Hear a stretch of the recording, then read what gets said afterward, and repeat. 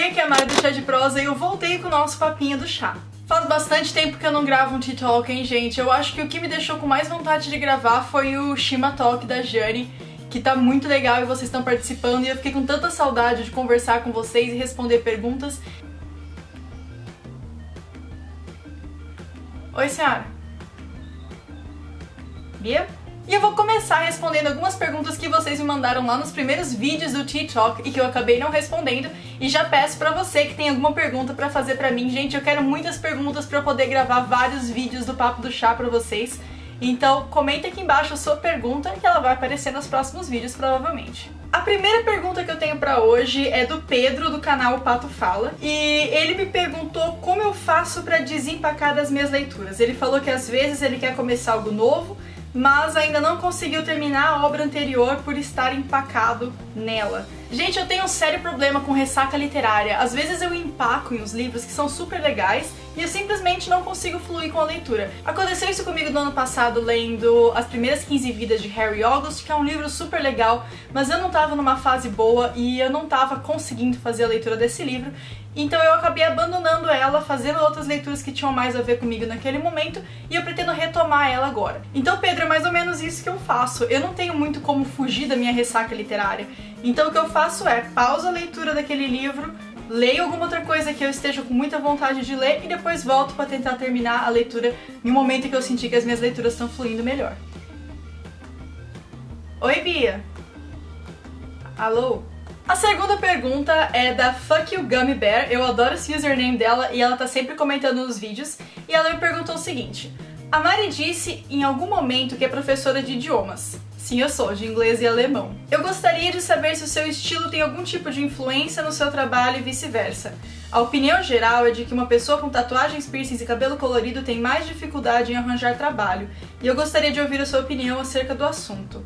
Um beijo lusitano. Ai, ela é portuguesa, gente, que bonitinho. Um beijo pra você também. Quanto ao meu trabalho, o meu estilo nunca atrapalhou muito isso. Eu acho que ele influencia, sim.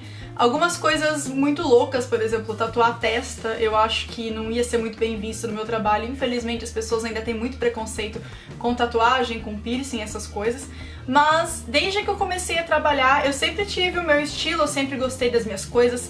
Sempre tive meus piercings, as tatuagens são meio escondidinhas, nunca me atrapalharam, mas eu sempre tive os piercings dos cabelos meio loucos e nunca atrapalhou muito. Às vezes você vai encontrar sim um empregador, um pai um pouco mais chato que vai implicar um pouco com o seu estilo, mas eu pelo menos nunca tive problema com pais de alunos não gostarem da minha postura profissional ou nem nada desse tipo, mas é uma coisa que eu sempre comento que era o medo que eu tinha quando eu era adolescente. Eu sempre gostei dessas coisas mais coloridas, mais diferentonas e uns rocks mais diferentes. E muita gente não me levava a sério quando eu era adolescente e achava que eu não ia ser uma pessoa responsável no futuro por conta disso.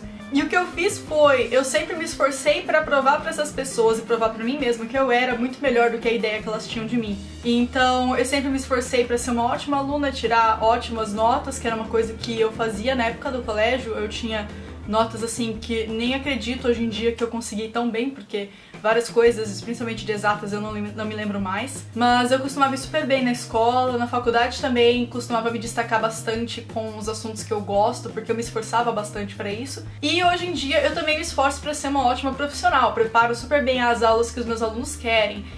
Estudo a necessidade do aluno antes de preparar a aula deles, me comporto com uma postura bem profissional durante as nossas aulas. Então o estilo não importa tanto. Como eu tenho muitos alunos jovens e alunos mais modernos, até os pais dos meus alunos são bem jovens, bem modernos, eu sinto que nunca tive esse tipo de problema relacionado à minha aparência, ao meu estilo. Mas lógico, depende muito de onde você tá, é bem complicada essa questão. Teve uma escola que eu trabalhei por algumas semanas, acabei largando inclusive por conta disso, porque eles não aceitavam que eu tivesse o cabelo bagunçado, não aceitavam que eu tivesse piercing, não aceitavam nada. Então eu tinha que ir trabalhar, tinha que usar um uniforme que a escola me dava, mas isso é uma coisa mais comum. Tinha que prender o meu cabelo, porque eles não gostavam do formato do meu cabelo, porque aparentemente meu cabelo era muito fora de ordem. E eu tinha que tirar todos os meus piercings e esconder buraco de piercing, esconder que eu tinha largador, tudo isso pra poder entrar lá e dar aula.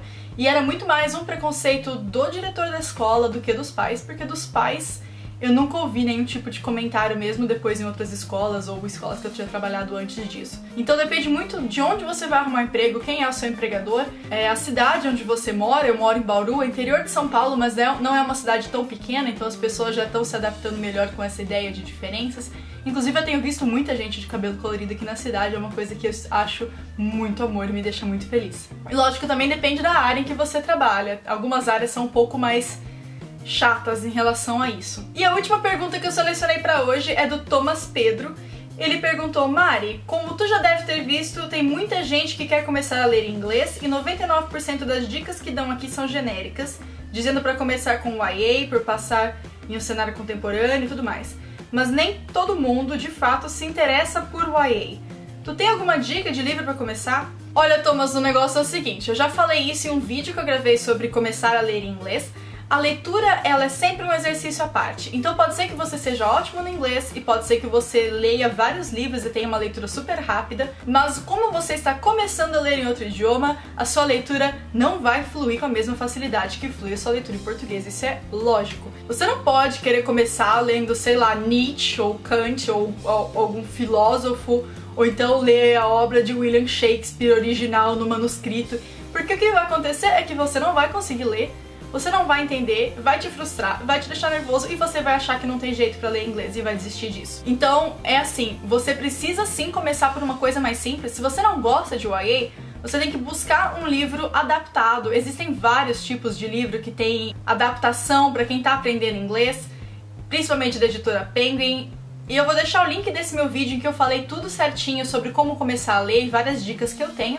Entre elas são livros adaptados, YA para quem gosta, ou livros mais voltados para jovens, porque eles costumam ter uma linguagem mais simples, sim. Também livros bilíngue também são um ótimo exercício. E HQs, porque HQs te ajudam com as imagens, então acaba facilitando um pouquinho a sua vida. Para começar, eu acho que essas são as melhores estruturas, os melhores tipos de obra que você pode encontrar, mas dá uma olhada no meu vídeo sobre dicas para ler em inglês, porque lá eu dou várias outras dicas. É isso, gente, eu espero que vocês tenham gostado da volta do Papo do Chá e que vocês me deixem várias perguntinhas aqui embaixo pra eu responder pra vocês. Dá like pra ajudar a gente com a divulgação, continua acompanhando o Chá de Prosa. Um beijo e tchau, tchau!